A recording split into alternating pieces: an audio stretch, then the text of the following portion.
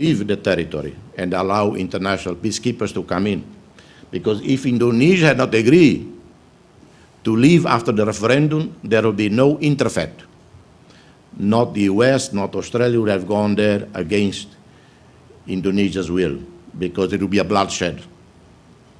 Hundreds and hundreds of Indonesian soldiers will be slaughtered, and hundreds of Americans, Europeans, or whoever, Thais, Filipinos, who would be on the other side would be slaughtered. Well, it would never happen anyway.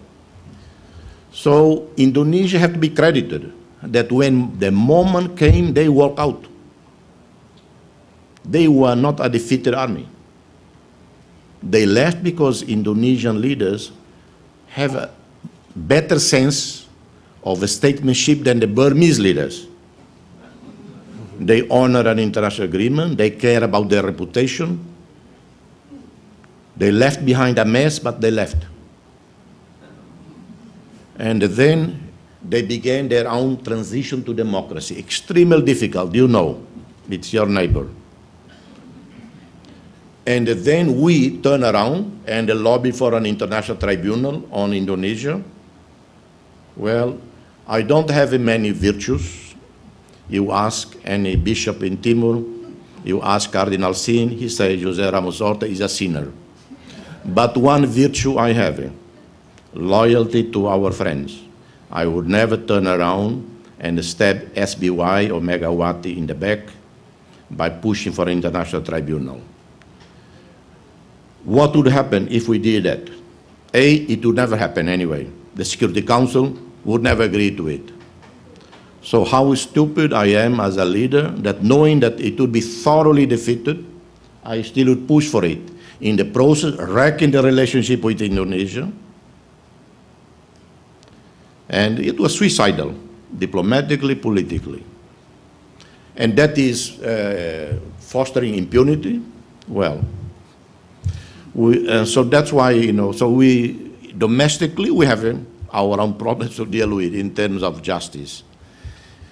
So before we went to Bali, I thought, if I don't have the courage, and I tell you, I don't have the courage, however you define courage, to push for an Indonesian general to go to jail, and I keep this idiot, this stupid Timorese militia in jail, I said, sorry, he's one of the ones I'm going to pardon. Because we are closing a chapter with Indonesia, with this report, and yet we still keep our own people in jail. Our people were victims of Indonesia and now remain victims because they are the only ones who get caught and put in jail for the 99 events.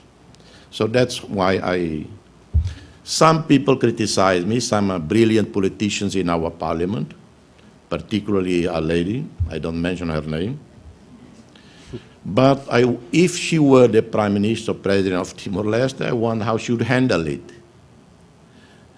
I told SBY in Denpasar when we had lunch or dinner, I said, well, I know, very frank with him, I know how you Javanese people would do things. If I were to be stupid enough to push for an international tribunal, a Javanese would come to me with a big smile and communicate to me in a big smile and say, oh, President Ramos-Horta, you know, our universities are suddenly now so full and have a big financial crisis. You have to take back all your 2,000, 4,000 students in here. Suddenly, the airline Merpati ran out of fuel, can no longer fly to Timor. And there are a number of things that they know how to do it, to get back at you. So anyway, that's a long answer. SOFA, I think that should be the foreign minister to answer. A status of force agreement, that's what your question, no? Well, I wouldn't ask the foreign minister to answer because I was foreign minister at the time. I was the one who talked with Colin Powell. They lobbied us, they insisted, they wanted a status of force agreement that they done with I don't know how many countries around the world, over 100, I guess, whereby American troops or whatever caught in Timor with misbehavior would not be tried in Timor. I agreed with it, only very practical reasons. Our court system, at least back then when we signed the agreement, was, a lot to be desired. And my argument, do we really want additional problems having to try Americans or Australians, whoever, in Timor? Let's do it. And if anyone, we don't have any American troops there anyway, so, but if anyone ever, hypothetically, an American soldier is caught, commit crime in Timor, is deported to the United States, well, we have any means through American networks, many lobby groups, to make sure that the guy is not sent home in impunity. So we have these avenues to work from if we feel strongly about a case. The UN sometimes criticizes exchange of force agreement, but it has happened well recently. A poor Gambian soldier in Timor, UNPOL police, I think got into a traffic accident, I think killed someone, and somehow he managed to run away, left the country, went to Gambia. I don't know what happened. I hope the poor guy didn't get executed in Gambia. I don't know what are the laws in there, but we were assured by the UN that he would be punished in Gambia, that the UN would pursue the matter. And it happened in the past with Jordanian elements in Timor, also prosecuted in Jordan. So our preference so far has been to trust the court system in judiciary in the sending country that send us troops or officials. So but we will review eventually, as we will review an even more controversial agreement we did with the US, which has to do with the International Criminal Court. I don't know which, I don't remember the article. We signed an agreement whereby any US individual prosecuted, under arrest warrant by International Criminal Court, if in Timor, would not be immediately handed over to the court.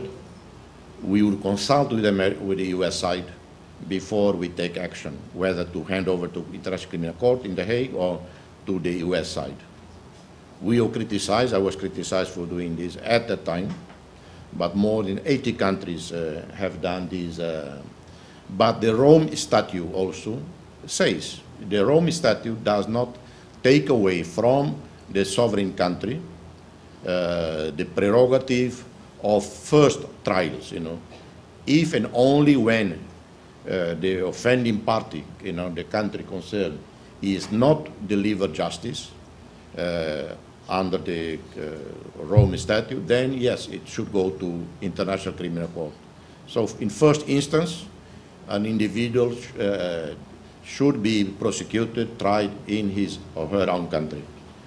Again, these are that eventually we would look at. I think I answered. The last question was youth. Well, if you look at the pictures in Timor, many of the incidents that happened, most of them, not all, involve youth. Why it involves youth? Well, simplistic writings in media or academia immediately say unemployment, this and that, and so. This has some of the truth to it, unemployment and drugs, and we don't have a big drug problem, fortunately. We don't have a organized crime as such, but it is a bit more complex than unemployment as such.